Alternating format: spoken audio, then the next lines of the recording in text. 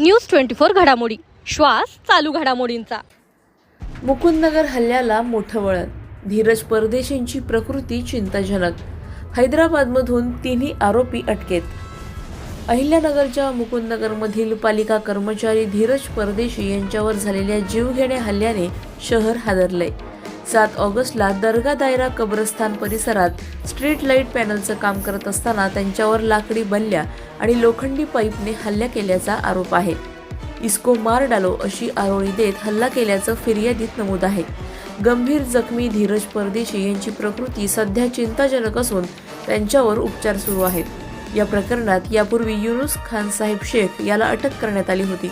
आता स्थानिक गुन्हे शाखेने मोठी कारवाई करत हैदराबादमधून मेहराज सय्यद, सिराज सय्यद आणि मुस्तकीम सय्यद या तिन्ही आरोपींना अटक केली आहे।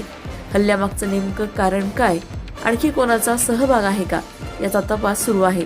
धीरज परदेशींची प्रकृती चिंताजनक, तिन्ही आरोपी अटकेत। आता पोलिसांच्या पुढील कारवाईकडे अहिल्यानगरचं लक्ष। अशाच बातम्यांचा आढावा घेण्यासाठी आजच आपल्या YouTube चॅनलला सबस्क्राईब करा। बातमी आवडल्यास लाईक करा आणि इतरांपर्यंत शेअर करा।